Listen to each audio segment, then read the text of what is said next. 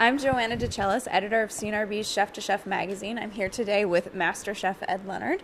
He is the director of Culinary Operations at the Polo Club of Boca Raton. Thanks for joining us today, Chef. Pleasure to be here. Thank you. So tell me a little bit about your club. How many members do you have? How much do you do in food and beverage?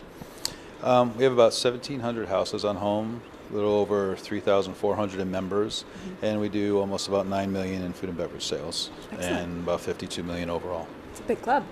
Yeah, a little bit. What is your culinary philosophy? Philosophy at the club is pretty simple. It's food as we post a lot of signs in there, and one of our main things is food as food should be. And basically what that means for us is, we have so many different dining venues, so many different events. So we serve the gamut from upscale steakhouse down to a pool cafe with burgers and salads. And the philosophy is no matter what the members are eating, no matter what we have to provide, it's to provide at the highest quality, fresh ingredients, made the proper way, and let people have everything memorable from that simple hot dog all the way up to that beautiful steak dinner or wine dinner to make everything we do a memorable eating experience. How do you cater to members with special dietary needs? We've taken a stand this year because, we started, when I got to the club, we started to get a lot of requests. So now, is what I try to teach all the chefs is to be proactive. Membership, as with any club, can be very demanding. So you have two choices. You get aggravated by the demands. Some chefs, and they're yelling, "Oh my God, and why are they doing this?" Right. And the vegetarian thing, which was kind of the first thing that hit us. Yeah. And what really bothered me about that is, you'd have a wedding with 300 for $200 a head. Somebody wants vegetarian, and the chefs would just plate up the vegetables and say, "Okay, here you go." Yet that person was still charged the same. Right. So my philosophy has been stay ahead of it and give people, let's put some work into this. If somebody's going to get a vegetarian meal, I want that meal to be as exquisite as the meal that everybody else had, even though there's vegetables. So we work really hard on creating the gluten-free, the low-fat, the vegan, and all these operations. So every event we do, every restaurant has a menu box that features these. And what we try to do is make it all in one, so to speak. So if you're gluten-free, it works for you. If you're dairy-free, it's going to work for you. If you're vegan. So, and then every banquet we always have, I take about maybe 5 or 10%.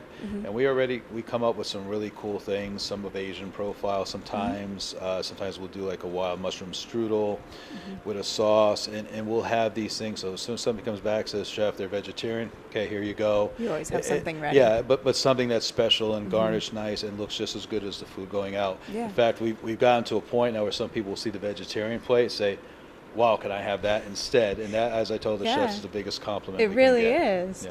You do a lot from scratch at the Polo Club. What value does that bring to your operation? I think it brings value in many ways. One is, for me, it's the only way to do things. I've never believed in somebody come up and say, "Oh my God, chef, the hors d'oeuvres," or "That was great tonight, thank you," and yet, behind the scenes, everything came out of a box or was prepackaged. But my kitchens are learning kitchens, so I call, we have 9 kitchens there, and to me they're all educational kitchens. So if you're going to teach and learn and develop people, the best way to do that is have kitchens where you're making things and where you're still practicing. Perhaps things aren't even done anymore. I mean, our bakery program, for example, is unbelievable. All the flours are organic. They're properly milled flours. We use all starters. We have 5 different starters for all our breads. So even the breads that they get sandwiches are all made in-house. Wow. So we do everything.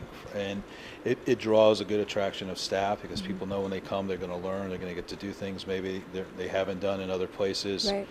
And that's the excitement of the place, is that we have all these kitchens running, we're making things from scratch, we're still butchering meats, making sauces, and even desserts and pastries at a very high level, and even with our volume. So you have to get good at it as well, because if you come with the volume we do, it gets meticulous, how many rolls, how many things we're putting out. So to me, it's a great skill set, and that registered, I think, more being at this conference because there's so many chefs in there that worked with me when I was in New York and different places, or come to seminars and have gotten inspired, and to see how well they're doing. And that's my goal at Polo as well, to make sure that all those people in the program now, the next 5 or 8 years, are going to be in a good place.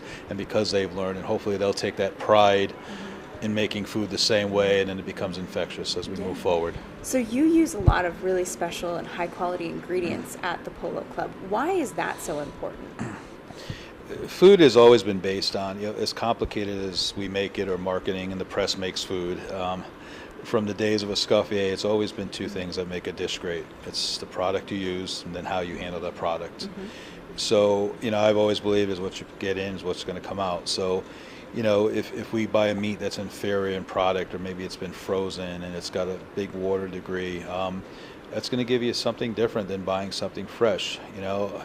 I think the challenge today is trying to find, because to me, farm to table has always been part of my life. It's the way we've lived. Even when I was at Westchester, before anything's becoming vogue, we were doing small plates. We had a garden. We were doing all those things because to me, it's just the way food should be. And I think for the members too, the one thing that I try to educate them on, and I get a forum, we do a quarterly magazine called Trends, and in that last Trends, I educated them on, here's the chickens we buy, here's those turkeys that you eat every day, and we go through a lot of turkeys, are probably double what anybody else pays for turkey. Wow. But I know the farm they come from, I know how they're raised, and we made an agreement to handle our volume. So to me, that's how I look at the healthy eating approach. Is you buy great food, you buy things, real butter, real olive oil, things that have good flavor. So you end up using less. So all in all, when that food's produced, it's healthy eating. So even if you're having something that's got a little bit of butter or a little bit of cream in it, it's all real. Stuff that comes from a farm. We just found 2 local ranches actually in Florida and actually put a grass-fed beef on our menu in our steakhouse. And right now, after the first week, it's one of the top sellers. The 2 great. steaks from the local farm is selling, so they can relate. They're eating something from Florida. And as I've titled it, it is a healthier beef. It's a little leaner. It's naturally fed. There are no hormones. So to me, that's what healthy eating is. It's not going on these fad diets or cutting gluten out of your diet. It's eating great product and in moderation and being prepared the right way. If you could change one thing about country club dining, about food and beverage in our industry, what would it be? I think country club dining has come a very long way. I think the challenges we face is because it's a club environment. As a lot of us chefs have talked about the past couple of days, is the crush time of everybody wants to eat the same time, rather than space it out. The fact that sometimes we're there. You need to cater to your member, of course, but sometimes our challenges are put on by some of the members, and we may be cooking 1,000 meals, but of course the member that wants something thinks you're the only person they're cooking for. Right. I think the allergy thing is getting real serious though. So one of my biggest concerns is to hold a chef or a kitchen responsible for somebody's health. I don't think it's quite right, and I think that's something the club industry needs to look at. Because if I had a son or daughter, honestly, that had a life or death situation, I don't care who the chef is, who the kitchen is, I wouldn't trust them. I'd bring the food in. I wouldn't. But I know a lot of these chefs I've talked to too. They get these calls, life or death for my son, and here's what I need from you. And yet that kitchen's putting out maybe 300 dinners that night, and just that slightest chance of something going wrong and yet to put all that responsibility on a kitchen or a club, just because a regular restaurant won't accept that responsibility. Right. And I think that's something the industry's going to have to look at as we go down the road.